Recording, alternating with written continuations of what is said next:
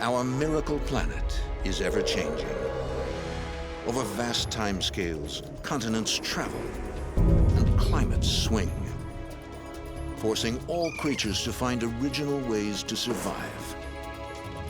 This is a journey to understand one force that shapes all life. Evolution, the life force of our planet. A land of heat, fire, and venom. A dry, Mars-like continent with toxic soils.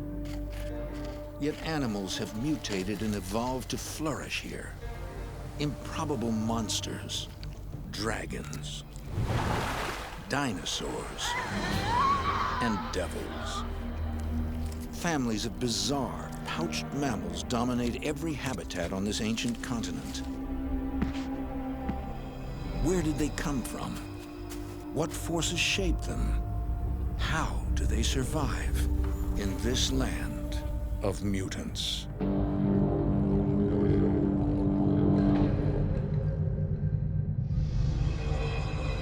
Ancient Australia, an isolated floating laboratory where the original inhabitants have been trapped for millions of years. As they multiplied, they mutated. Each genetic variation shaped and tested by the extreme environment.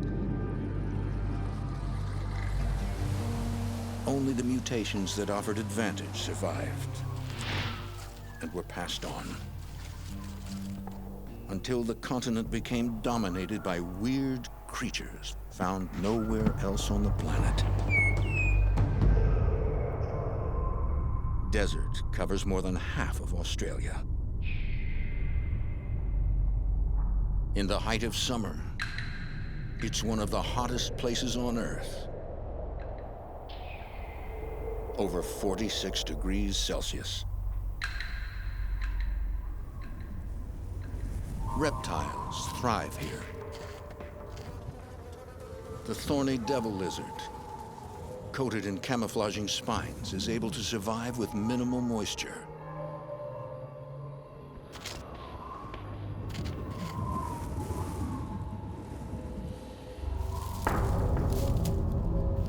And the giant parente lizard, a ruthless predator and scavenger.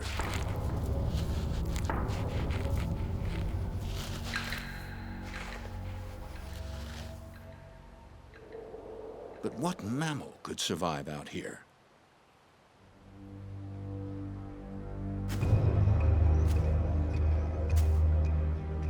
The red kangaroo. The males are the color of the desert. Up to 1.8 meters tall and weighing up to 90 kilograms.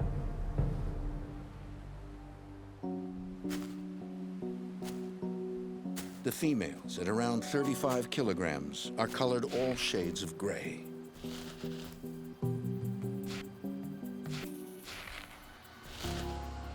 The hero of this story is an adult female,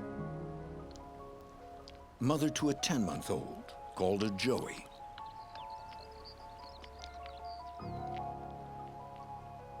This is the family unit. The male plays no part in rearing the young. So the female must ensure the survival of each generation.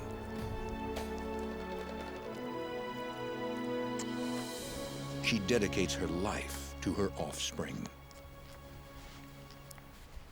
Kangaroos belong to a major group of mammals known as marsupials, commonly defined by the females rearing their young in pouches.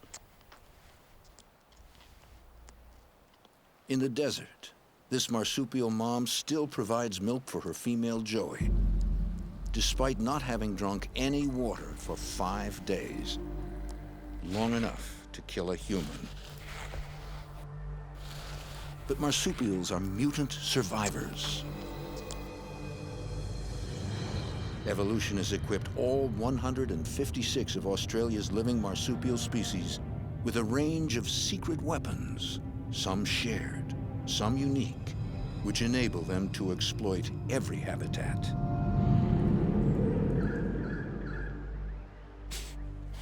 In Tasmanian mountain forests dwells the largest living marsupial carnivore. In a pouch underneath her stomach, this Tasmanian she-devil stows 2 babies, about 8 weeks old.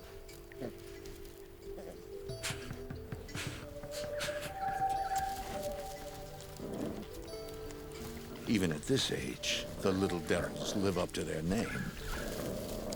A female devil can carry up to 6 babies in this pouch for 3 months. Quite a cargo for a busy working mom, but an ingenious way to transport vulnerable offspring.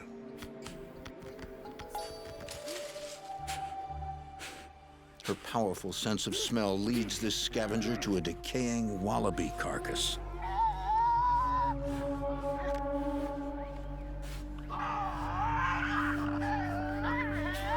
Where the chilling screams determine dominance. And the strongest jaws on the planet, relative to body size, carry out the devil's work.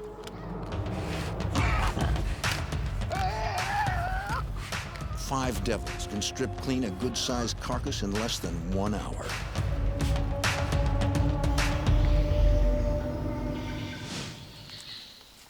In eucalyptus forests live the tree-dwelling koala, which spends its life chomping eucalyptus leaves, which happen to be toxic. The koala's digestive system is adapted to detoxify this abundant food source. But it takes a lot of energy, as does rearing their offspring. Brains burn a lot of energy. So the koala's trade-off is a small brain, the size of a tomato. Weirdly, this gives koalas an evolutionary advantage, freeing up more energy for climbing, rearing offspring, and eating more toxic leaves. Their cousins, the wombats, dig deep burrows underground. To protect them from predators, they've evolved a shield of impenetrable skin to guard against rear attack. There's even a marsupial that can fly.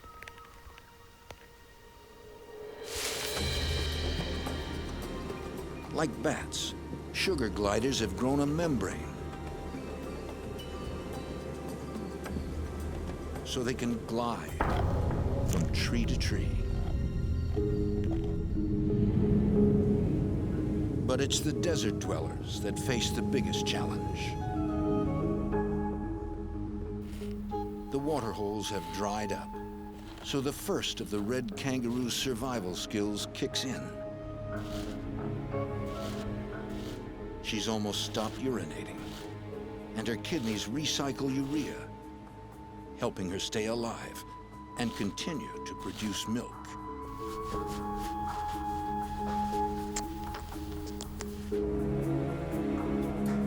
The red kangaroo has a range of astonishing survival adaptations.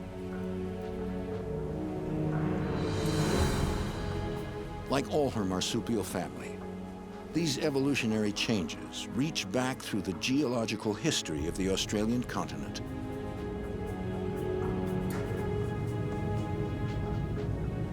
A story which begins in the most unlikely place, well before Australia ever existed. 125 million years ago, northeastern China was joined to North America in a vast continental block named Laurasia.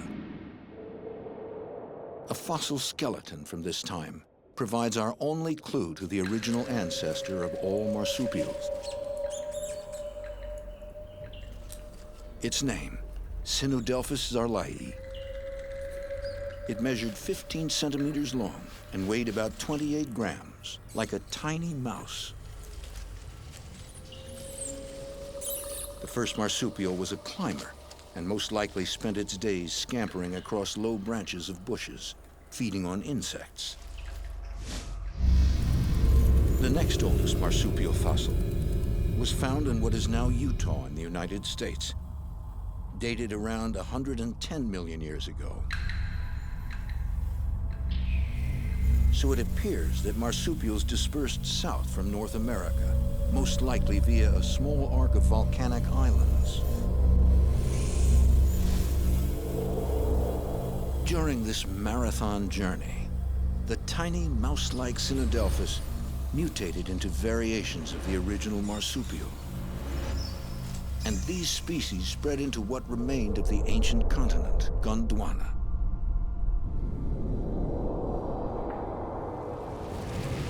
Gondwana began breaking up 130 million years ago. And finally, Australia ruptured from Antarctica and formed a new continent, trapping many of the new species of marsupials. There may have been other types of mammals as well, but what happened to them remains a mystery. What we do know is that the age of marsupials had begun. Today's red kangaroo is millions of genetic mutations away from its Chinese ancestor. But even these mutations may not fully prepare it for the merciless desert. With the waterholes dried up, the kangaroo family faces its greatest challenge. What sort of evolutionary adaptations could possibly save them in this death zone?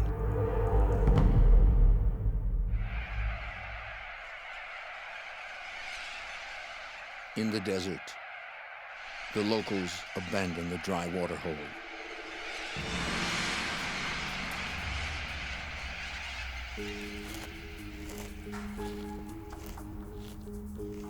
And the red female kangaroo knows she must move on. The desert grasses and saltbush she eats have grown scarce, and despite her tolerance to extreme dehydration, she must find water soon. Especially for her vulnerable Joey's sake. The giant parenti lizard is just one threat to a youngster weakened from hunger.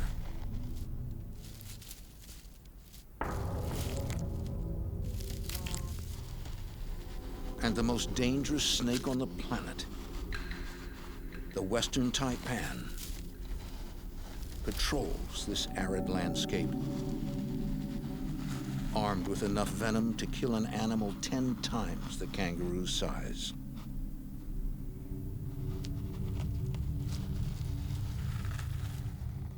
But the biggest danger to all the desert dwellers is the habitat they live in. Central Australia has officially been in drought for a decade. Even desert kangaroos require water at least once every 10 days. Without it, the joey will die. And then so will the adult. They wait for the cooler air at dusk to begin their journey. Now it's time for them to utilize one of their most spectacularly honed adaptations. The hop.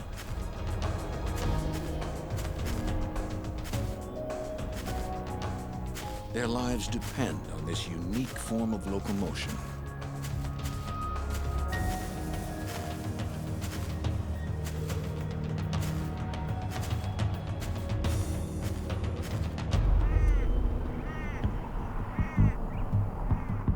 Let me just see if I can get this girl. Hang on.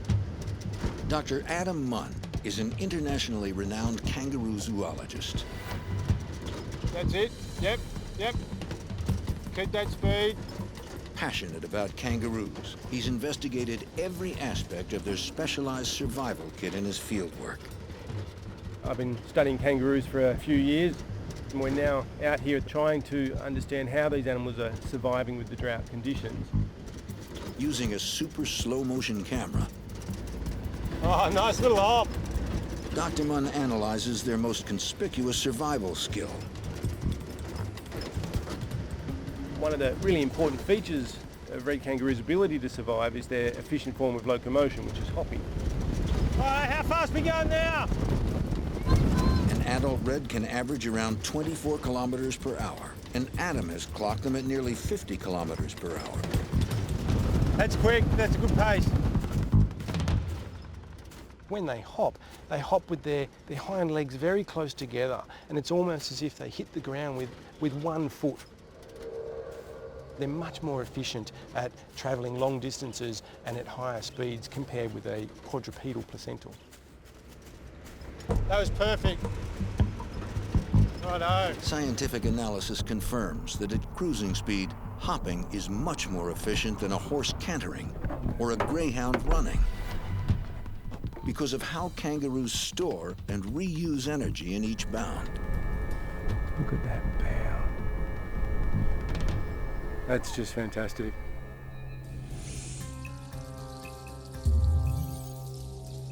Each hop begins off the toes. The massive calf muscles tense, and the long Achilles tendon stretches to capacity. It's like hopping on a pair of coiled springs. The tendons store the power of each hop and release it on the next. The powerful tail also stores energy and acts as a balance. This form of locomotion is unique to one group of marsupials known as macropods, meaning Bigfoot. And all branches of their family tree evolved from the ancient ancestor found in China, Sinodelphus, who didn't hop. So where and when did the hop begin? Northern Queensland, on the east coast of Australia.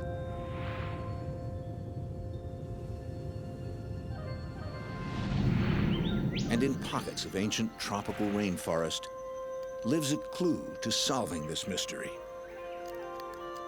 The DNA of this little musky rat kangaroo dates back 45 million years. And he's a living example of how kangaroos may have begun hopping. His ancestors were the first macropods, and he has the big feet to prove it. But instead of hopping, he is a quadrupedal bounder. Despite the fact that musky rat kangaroos don't hop, Dr. Adam Munn believes they demonstrate how this evolutionary leap may have come about. What you do see them do when they're feeding around on the forest floor is they'll often sit up on their hind legs and they'll look around and they'll have a look to see where the next patch of food is. As these animals started to get bigger, you can really see in that process and the anatomy and how the animal moves, it really probably was the beginnings of the first hop that you see in the big kangaroos. Hopping may have started in small forest-dwelling marsupials. But Australia was about to enter a dramatic new phase that would drive the hop's evolution by leaps and bounds. 45 million years ago, the whole continent was green. Large rivers flowed through lush vegetation.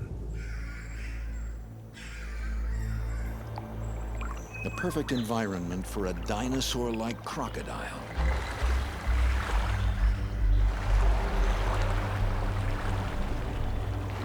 That may have hunted ancient macropods along the riverbanks of his kingdom. Although they would have been mere snacks for him. But green Australia wouldn't last. The new continent was still drifting north after the Great Separation from Gondwana.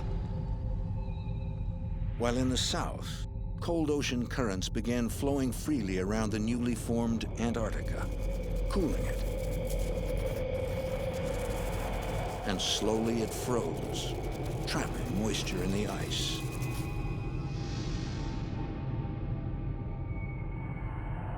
As Australia moved towards the equator, the continent began to dry out.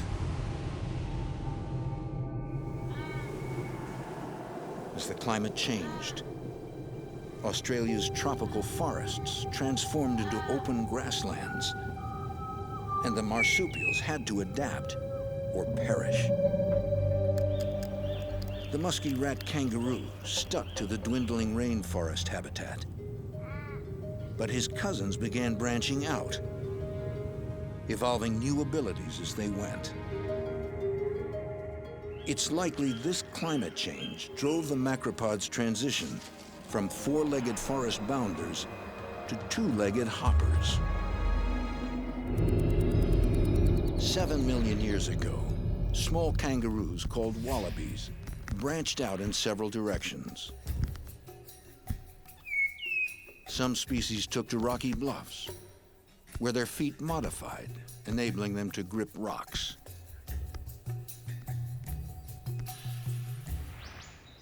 The bizarre tree kangaroo probably tried hopping on the new grasslands, but returned to the forests and became a climber to reach vegetation high in the rainforest canopy. They developed slip-proof pads on their feet and long claws. And tree climbing required their back legs to work independently.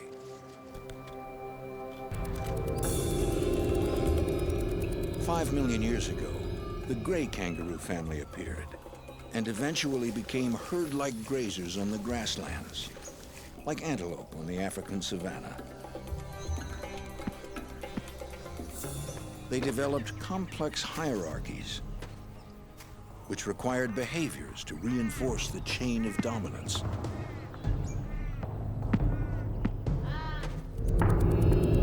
As it grew hotter and drier, the most recent macropod appeared. Just 1 million years ago, the red kangaroo claimed the desert. Today, it's the largest marsupial on the planet, a culmination of unique genetic mutations, allowing it to survive in a death zone. But even this mutant hero could fall victim to the extremes of a 10-year drought and the predators of the desert.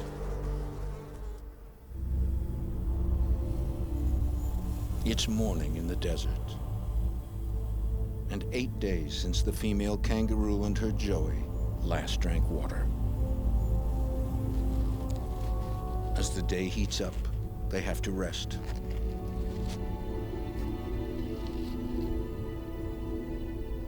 Despite her moisture-saving adaptations, the mother must find water in the next 2 days, or she'll run out of milk to feed her youngster.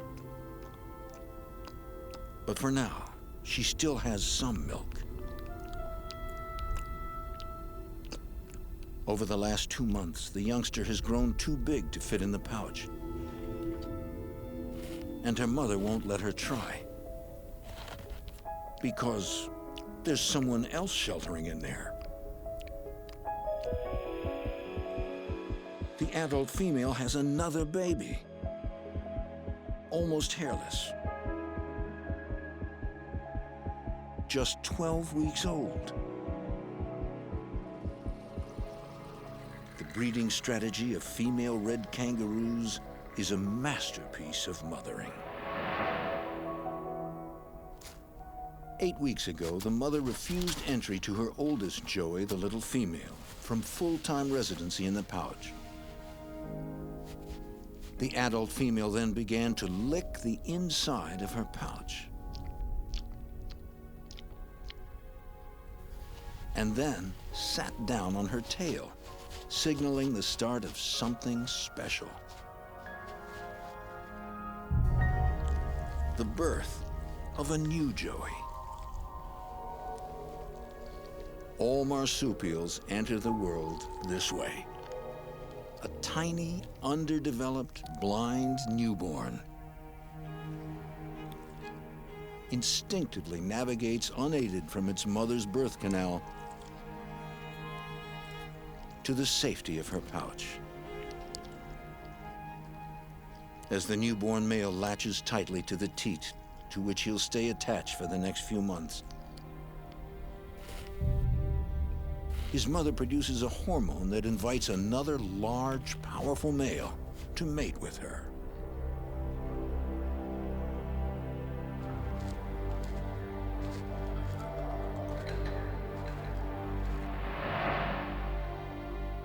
In her 12 to 15-year lifespan, a female red kangaroo can always carry a pouched youngster, while also caring for an older joey. This supermom has evolved an ingenious way to feed both hungry mouths. She has 4 teats in her pouch, 2 short spare ones and 2 long in use. This unique lactation system is the most sophisticated of any mammal, providing different milk to each joey. Her youngest baby requires high carbohydrate, low-fat milk, while the older joey's teat provides low-carb, high-fat milk to supplement the grasses she is learning to eat. This remarkable reproductive cycle ensures the best chance of survival for the desert-dwelling kangaroo.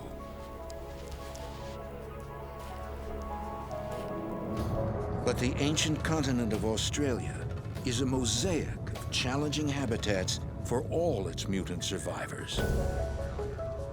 Since Australia separated from Gondwana, it had few earthquakes or volcanic eruptions, so it became the flattest of all continents.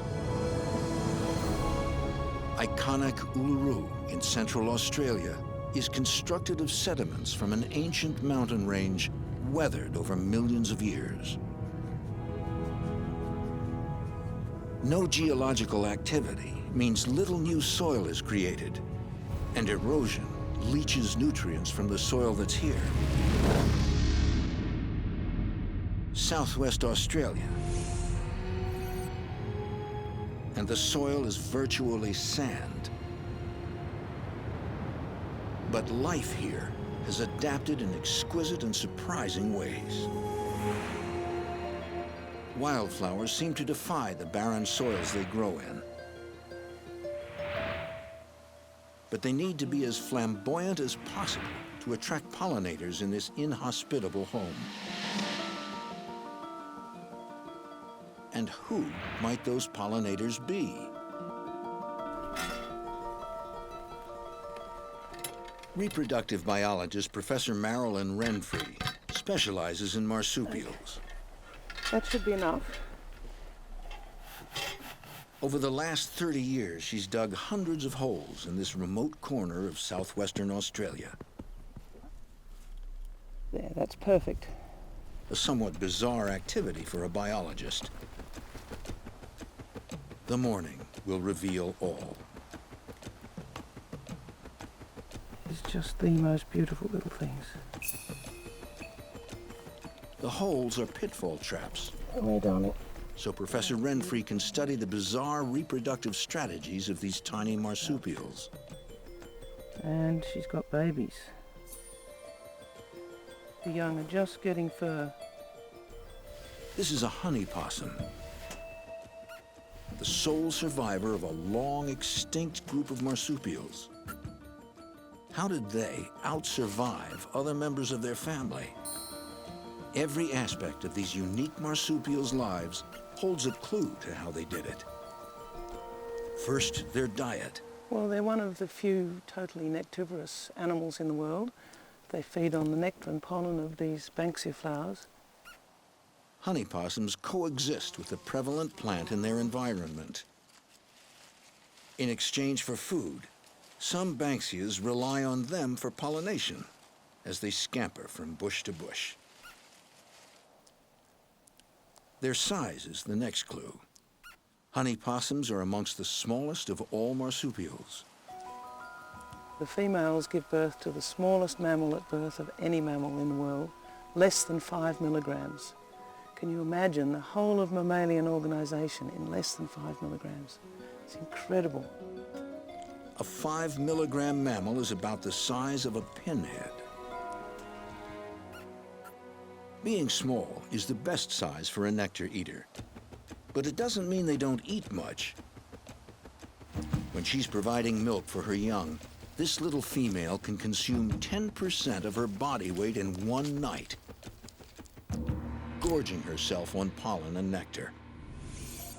With these specialized mouth parts, long, thin, rod-like jaws with virtually no teeth, but a specialized tongue with a brush-like tip and combs, guaranteed to collect as much pollen as possible. But it's the male honey possum that provides the most bizarre clues to the species' success in this arid environment. They have the biggest testicles relative to body size of any male on the planet.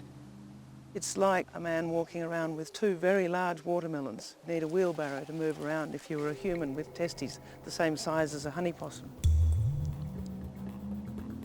And what's inside them is even more impressive. The sperm are the largest in the mammal kingdom at 360 microns, almost 3 times bigger than a human sperm and way bigger than the sperm of a blue whale. In the evolutionary sperm race, size really matters. They are a multi-male mating society, so if a female is in estrus, many males will mate with her. And the larger the sperm, the hypothesis is the better that male will be able to compete with the other males, and if his sperm's bigger and faster and better, it'll reach the egg first. Over millions of years, those males with the biggest sperm and testicles fathered the most offspring, passing on this advantage in every generation.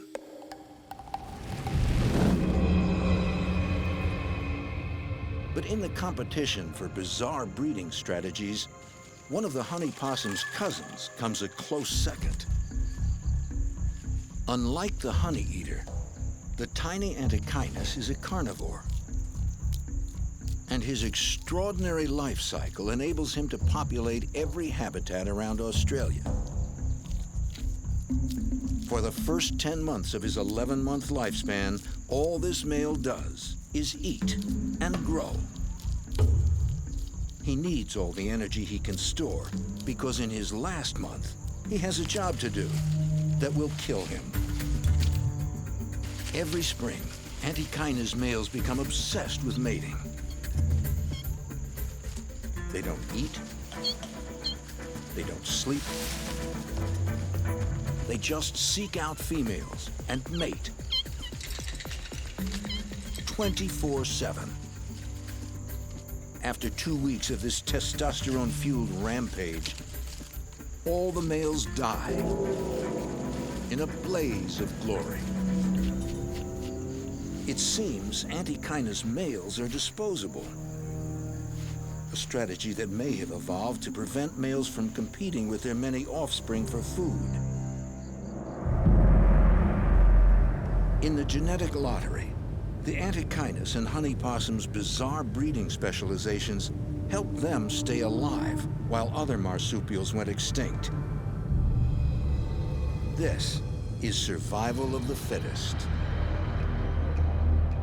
But in the desert, the red female kangaroo's special adaptations may no longer be enough to save her and her offspring from the relentless heat.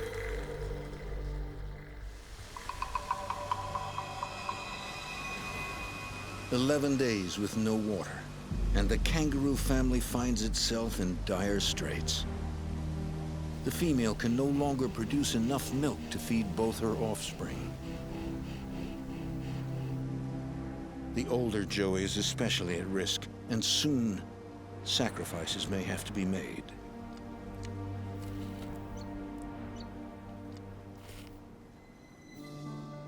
Meanwhile, both kangaroos have another strategy to help them cool down. They lick their forearms. Under the skin on their forearms lies a dense network of blood vessels. Her wet saliva helps to cool the blood, which is then pumped around the rest of her overheated body.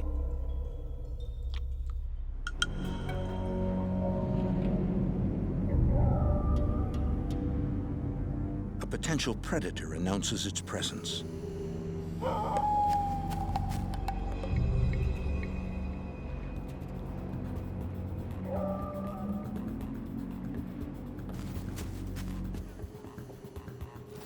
It's enough to drive the exhausted kangaroos from their resting place.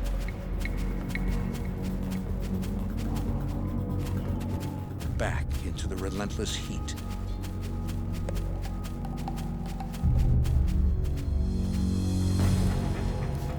It's Australia's wild dog, the dingo.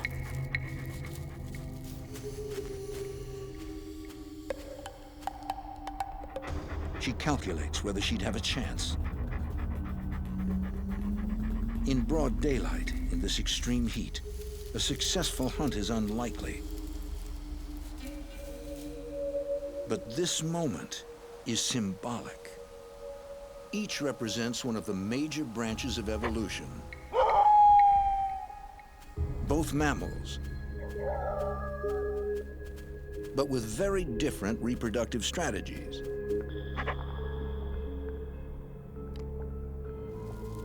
The dingo has a litter of pups about the same age as the kangaroo's infant Joey.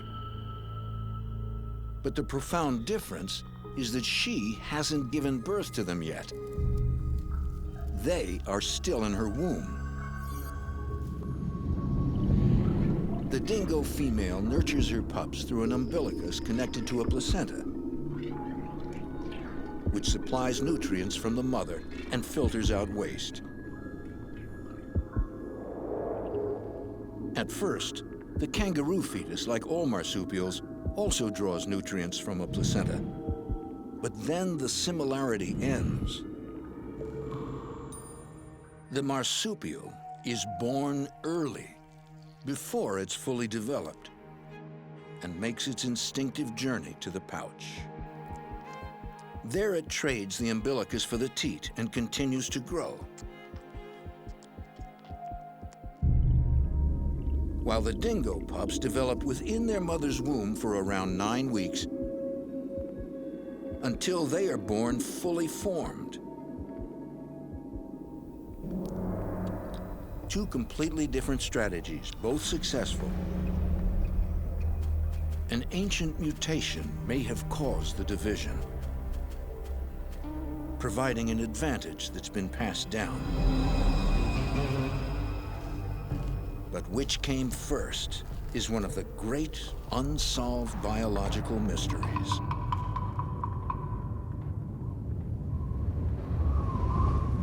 The kangaroo family arrives at yet another dried-up waterhole, alongside others desperate for water. Some struggle to muster the energy to leave, while others gave up. The female can no longer feed her older Joey. The exhausted youngster struggles to get some sustenance from the dried vegetation. But without water or milk from her mother, she has little time left. Her mother knows what she has to do.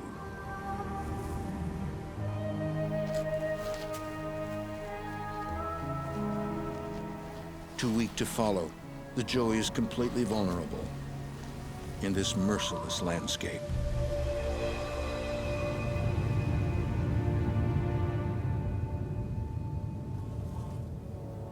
The giant parenti lizard can taste imminent death on its forked tongue. So begins to track the scent. Desert reptiles have evolved their own strategies for survival during drought. The thorny devil lizard always finds plenty to eat, as he snaps up over 1,000 ants in a day.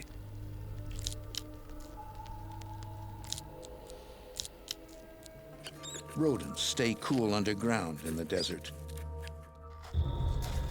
But they share this haven with their predators,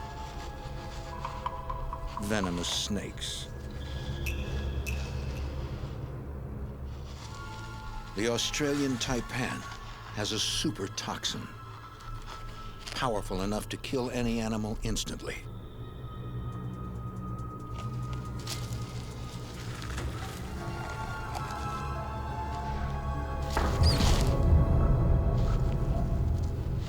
The taipan's super venom may have evolved to enable it to kill on the spot and avoid wasting energy wrestling its prey. Useful in the desert.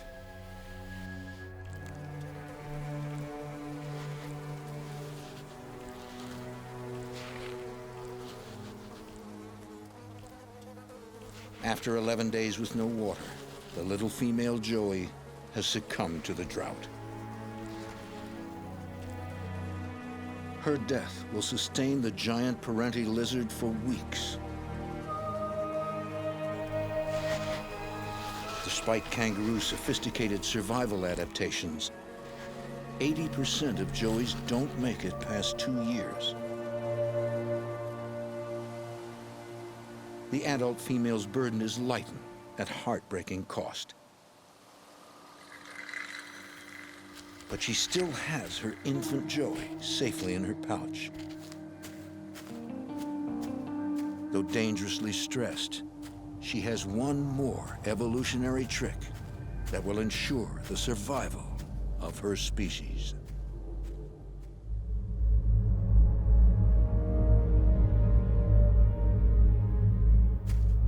The red kangaroo travels in the cool of night, as her kind have evolved to do since the continent began heating up so many million years ago.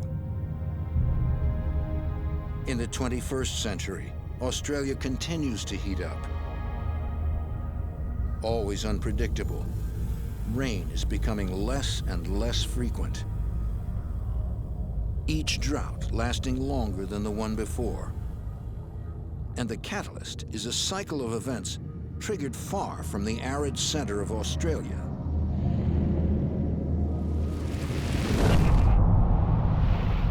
A thermal image shows how approximately every 5 years, the water temperature of the Pacific Ocean rises. This phenomenon is known as El Niño and has always been blamed for Australia's droughts. But a recent discovery shows that Australia's droughts coincide with 2 cycles of water temperature changes in the Indian Ocean. One extreme generates winds that pick up moisture and carry rain across the continent. The other weakens the winds, significantly reducing rain. It seems the cycle has remained in the weakening phase since 1992. The worst drought since records began. This is the reality Australia's marsupials must face. And they have evolved strategies to survive extreme heat and the fire that drought brings.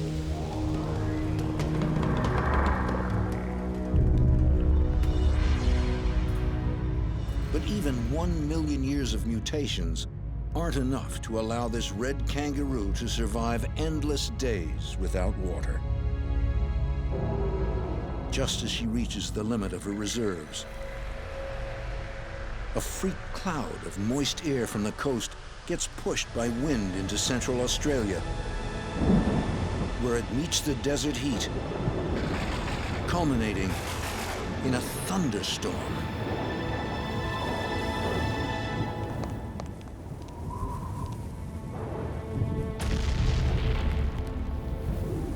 It's a long time since this earth has felt moisture.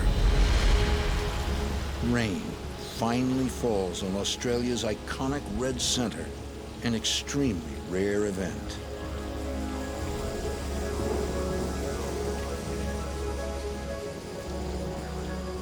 The violent desert thunderstorm fleetingly embraces Uluru. with cascades and rivulets.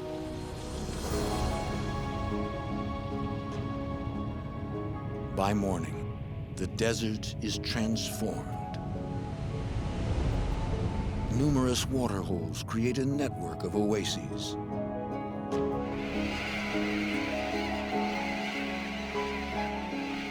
The birds arrive first. Huge flocks of corellas, a wedge-tailed eagle, zebra finches, galahs. The thorny devil stands in a puddle, his capillaries drawing moisture up his scaly body towards his mouth. He's using his body as a drinking straw.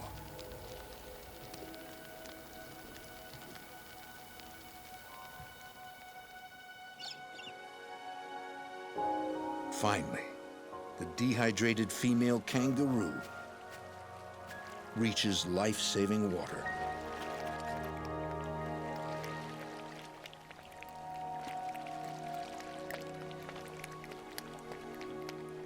Alongside other desert nomads.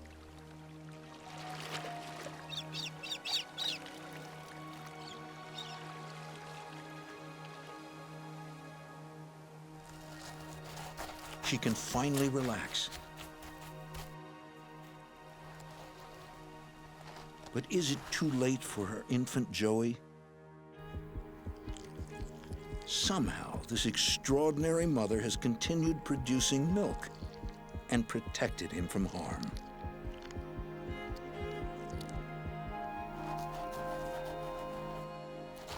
The storm was no drought breaker, but it delivered enough rain to restore the kangaroo family's strength.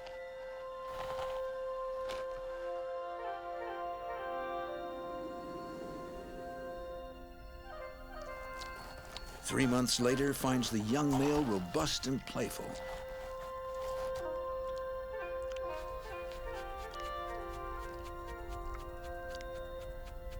But another miracle has been hidden inside his mother during her long journey. Remember that last mating, the day her tiny baby was born, just before she set off to find water? All along, through the trials of her journey, the female red kangaroo carried another embryo in her womb. In a state of suspended animation, called diapause. It wasn't growing, but it was alive, waiting for a signal. Amazingly, the puppet master controlling its development is not the mother. It's the sibling in the pouch.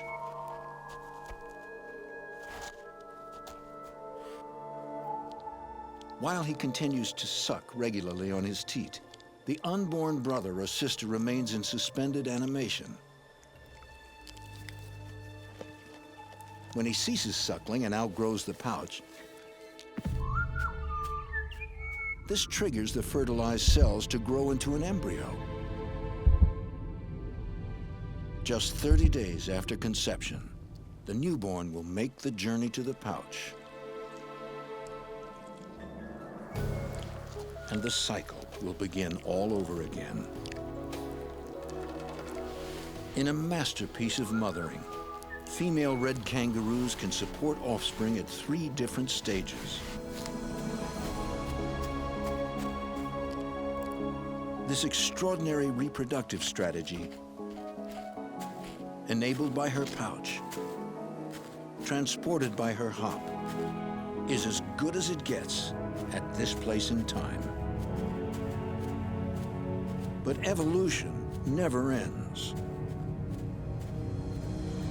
With Australia's droughts growing more frequent and extreme,